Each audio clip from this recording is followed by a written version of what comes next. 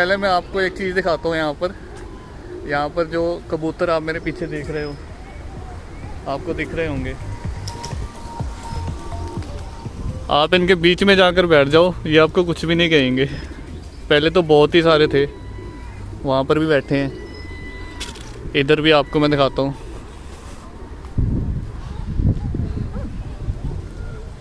ये जैसे बैठे हुए हैं ना, आप इनके बीच में जाकर बैठ जाओ, ये आपको कुछ भी नहीं बोलेंगे। वो आगे देखो कितने हैं। इंडिया वाले कबूतर नहीं हैं यहाँ पर, डरते नहीं हैं। आप डर जाओगे, कबूतर नहीं डरेंगे यहाँ पर। पहले बेंच पर बहुत ही ज़्यादा कबूतर बैठे हुए थे, साथ में एक आदमी बैठा हुआ था। मुझे ध्यान नहीं आया, मैंने उसकी फ़ोटो ये वीडियो बनाया था छोटी सी, बहुत बढ़िया लग रहा था। तो उसके ऊपर भी आकर बैठ रहे थे कबूतर। तो गाइज़ आज की वीडियो शुरू करते हैं। वेदर की पहले अपडेट देता हूँ छोटी सी। आप देख रहे हो मैंने हुडी डाल ली है। और 2 दिन पहले आपने देखा था वेदर कैसा था यहाँ पर। 2 दिन पहले यूके में कभी भी पसीना नहीं आता जल्दी, और 2 दिन पहले मुझे पसीना बहुत आया था। मैंने बाइकिंग वगैरह की तो पसीना काफ़ी आया था, और आपने वीडियो में भी देखा था कितनी धूप निकली हुई थी। और यूके की यही ख़ास बात है, आप वेदर को प्रेडिक्ट नहीं कर सकते। आज इतनी ठंड हो गई है एकदम से, सभी ने हुडीज़ वगैरह पहन ली हैं, सभी घर के अंदर हैं। आज आप देखोगे वेदर देख सकते हो आप, बादल कैसे आए हुए हैं, हवा चल रही है ठंडी ठंडी, बहुत ही तेज़ हवा चल रही थी पहले। तो ऐसे वेदर यहाँ पर एकदम से चेंज हो जाता है, तो बढ़िया लगता है। तो वेदर तो ऐसा बढ़िया लगता है मुझे। एकदम से कुछ अनप्रेडिक्टेबल हो जाए, जिसका किसी को कुछ पता ना हो।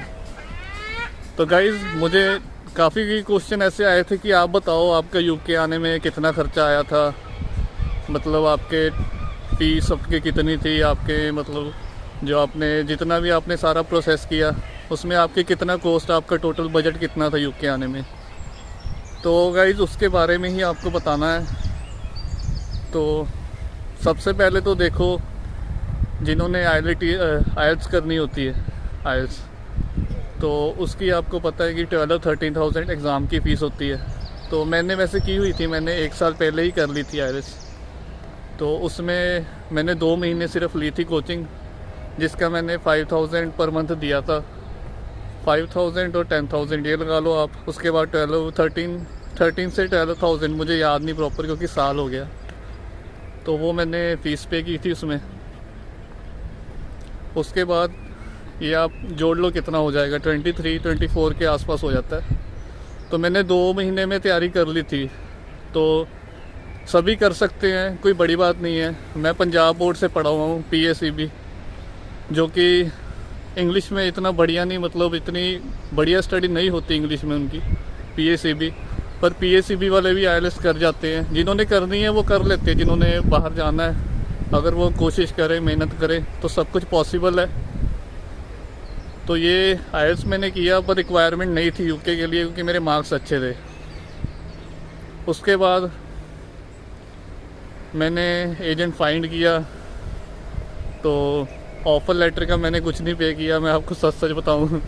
कई स्टूडेंट ऑफ़र लेटर के पे कर रहे हैं, मुझे नहीं पता एजेंट क्यों लेते हैं, लूट रहे हैं एजेंट। तो मैंने ऑफ़र लेटर का भी कुछ नहीं पे किया, वो मैं छोड़ देता हूँ चलो। उसके बाद गाइज़ मेरे एजेंट ने भी कुछ नहीं लिया। तो ये देखो कितनी बढ़िया बात है। तो उधर भी मैंने कुछ नहीं पे किया। जब मेरा ऑफ़र लेटर वगैरह आया था, पहले आपकी कंडीशनल आती है। तो कंडीशनल में गाइज़ फ़ीस वगैरह लिखी होती है, आपने कितनी फ़ीस पे करनी है। तो फ़ीस गाइज़ वो डिपेंड करता है कि आपकी यूनिवर्सिटी कितनी फ़ीस मांग रही है, वो आपकी मर्ज़ी है। देखो जैसे तो आपने उसमें लिखा हुआ है कि आपने 3,000 पाउंड फ़ीस पे करनी है, तो वो गाइज़ आप उससे कम नहीं पे कर सकते, आप उससे ज़्यादा कर सकते हो, ज़्यादा भी कर सकते हो। कई स्टूडेंट को नहीं पता होता, तो कई ऐसे सोचते हैं, मुझे ऐसे क्वेश्चन आए थे, तो वो मैं क्लियर कर देता हूँ कि जैसे आपकी कंडीशन में लिखा हुआ है कि आपने मिनिमम 3,000 पाउंड फ़ीस पे करनी है, तो ये तो गाइस मिनिमम है, इतनी आपको कंडीशन पे करनी ही पड़ेगी, आप इससे कम नहीं पे कर सकते।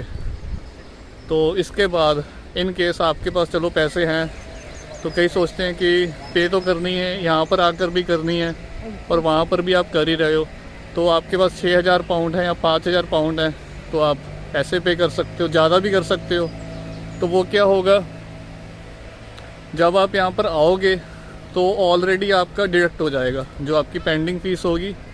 तो गाइज उसमें से ऑटोमेटिक ही वो उनको पता होता है, सब डिडक्ट हो जाएगा, तो उसमें आपको कोई टेंशन लेने की बात नहीं है।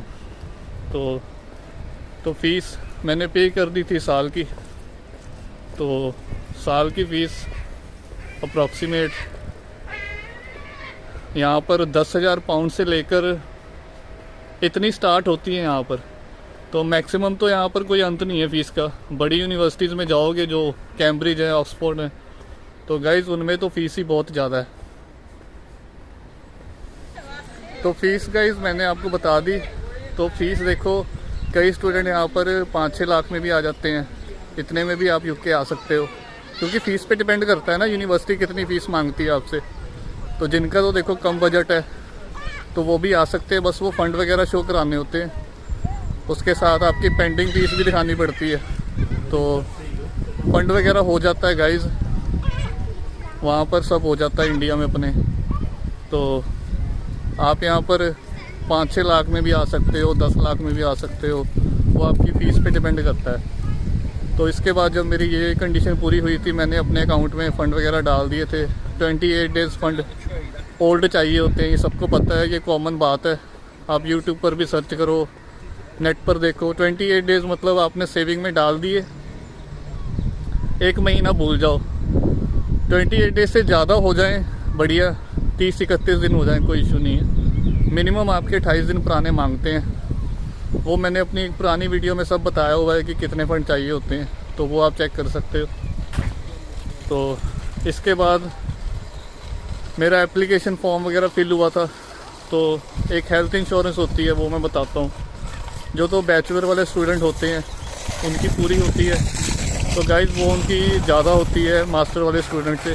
वो 1,25,000 तक भी हो सकती है, 95,000 तक भी होती है। मेरी अप्रॉक्सीमेट 72,000 के आसपास थी। तो ये मेरा इसका इंश्योरेंस का इतना आया था। तो ये बहुत एक्सपेंसिव है यहाँ पर हेल्थ इंश्योरेंस, ये ज़रूरी भी है। यहाँ पर कुछ भी हो जाता है आपको तो आपका ट्रीटमेंट होता है बढ़िया। तो चलो भगवान करे किसी को कुछ भी ना हो ज़रूरत नहीं पड़ती। जब से हम आए हैं तो ठीक ही हैं, यहाँ पर बीमार नहीं पड़ता बंदा जल्दी, क्योंकि यहाँ पर पोल्यूशन वगैरह नहीं है।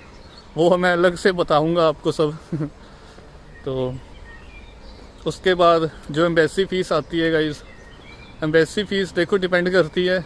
वैसे तो 33,000 के आसपास है एम्बेसी फ़ीस।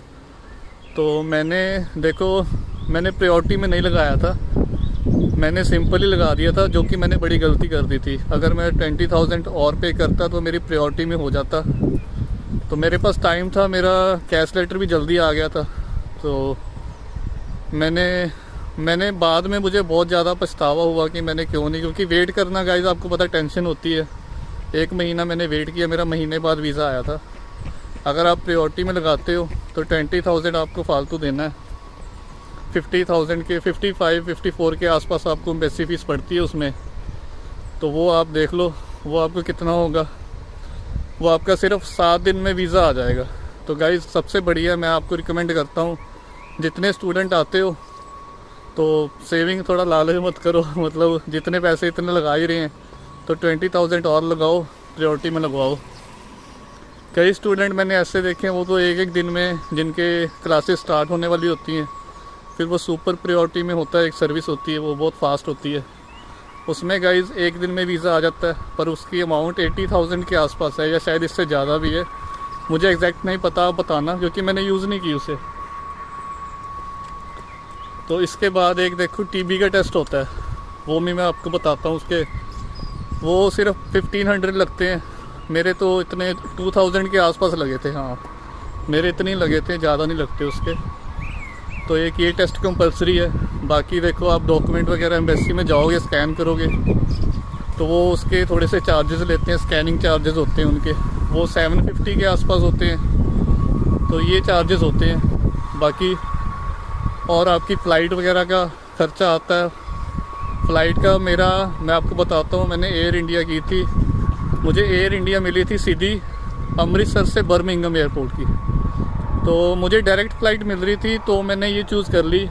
सिर्फ मुझे 9 आवर्स लगे थे, मैं बर्मिंघम पहुँच गया था। तो मेरे फ़्लाइट के मैंने 7 डेज़ पहले बुक की थी यहाँ आने से। हाँ, 7 डेज़ पहले की थी मैंने। तो मेरे 42,000 के आसपास लगे थे, जिनका तो वीज़ा देखो जल्दी आ जाता है। अगर आप 1 मंथ पहले करोगे तो आपकी 26,000 में भी हो जाएगी। तो गाइज़ ये बहुत बढ़िया है, बहुत चीप पड़ती है ऐसे। यूके में आप इंडिया से आओगे तो 25-26 हज़ार में आपको महीना पहले अगर बुक करते हो फ़्लाइट हो जाती है। पर मैंने वीज़ा के बाद ही की थी, सभी वीज़ा के बाद ही करते हैं। तो ये गाइस मेरा खर्चा आया था।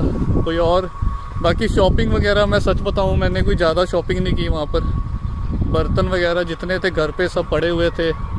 कपड़े मैंने वही लाया हूँ, बस मैंने हुडीज़ वगैरह ली थी, जैकेट वगैरह ली होंगी।